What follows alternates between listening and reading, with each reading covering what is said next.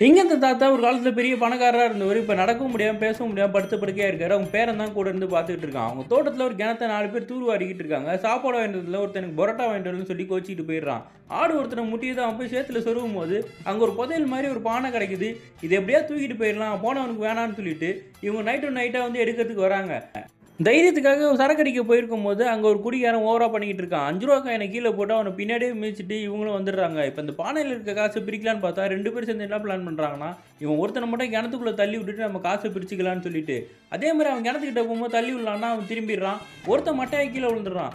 மறுபடியும் நீ போய் தண்ணி எடுத்துட்டு வாடான்னு சொல்லிட்டு இவரும் பின்னாடியே போறாரு. ஆனா பாவம் அவருக்கு பதிலா அங்க இருந்த ஆடு தான் கிணத்துக்குள்ள விழுந்துருது.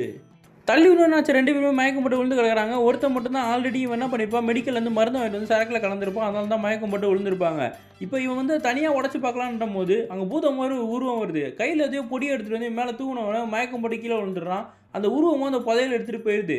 இப்ப காலையில ஹாஸ்பிட்டல்ல 3 பேரும் மயங்கி கிடக்குறாங்க. போலீஸும் வந்து விசாரிக்கிறாங்க. இதுல ஏதோ பிரச்சனை இருக்குன்னு சொல்லிட்டு. அப்ப அந்த மயக்கம் ஒருத்தன் எந்திச்சு பார்த்தா, நைட்டு வந்த பூதம் மாரியே உருவம் கார்கிட்ட நிக்குது. போலீஸ் கிட்ட போய் சொல்லிடுறான். இப்ப அந்த உருவத்த கூப்பிட்டு கேட்டா தான் தெரியுது, அவன் அந்த ஊர்ல இருக்க மேஜிக்காரன். அவன் சொல்றான், "நாங்க கார்ல உட்கார்ந்திருக்கும்போதே 3 பேரும் பிளான் பண்ணது எனக்கு தெரியும். ஒருத்தர் அடிச்சுட்டு சாக போறாங்களேன்னு சொல்லிட்டு தான் அவங்கள காப்பாத்துறதுக்காக நான் இந்த புதையல தூக்கிட்டு வந்தேன்னு" சொல்லி போலீஸ் கிட்டயும் குடுத்துடுறான். பானைய தொறந்து பார்த்தா உள்ள புதையலே இல்ல. இந்த வயசான தாத்தா தான் என்ன பண்ணியிருப்பாரு, அவங்க சொந்தக்காரங்க எல்லாம் இது கிடைச்சிடக்கூடாதுன்னு சொல்லி, அவங்க தோட்டம் ஃபுல்லா நெறைய பானைய டம்மியா புதைச்சு வச்சிருப்பாரு. அதுல ஒண்ணு தான் இவங்களுக்கு கிடைச்சிருக்கும். அந்த தோட்டத்தில தண்ணி லீக் ஆகுதுன்னு சொல்லி ஒரு பிளம்பர வர வச்சிருப்பாங்க. அவன் அந்த இடத்துல வந்து மண்ணு நோண்டிட்டு இருக்கான். கரெக்ட்டா தாத்தா இருக்க ஜன்னலுக்கு நேரா தான் நோண்டுவான். அவரும் அத பார்த்து பதறிக்கிட்டு இருக்காரு. அவனுக்கு தோணுன இடத்துல ஒரு புதையல் பானை கிடைக்குது. அது பழம்னு சொல்லி ஏமாத்தி வண்டியில வச்சு எடுத்துட்டு போயிடுறான்.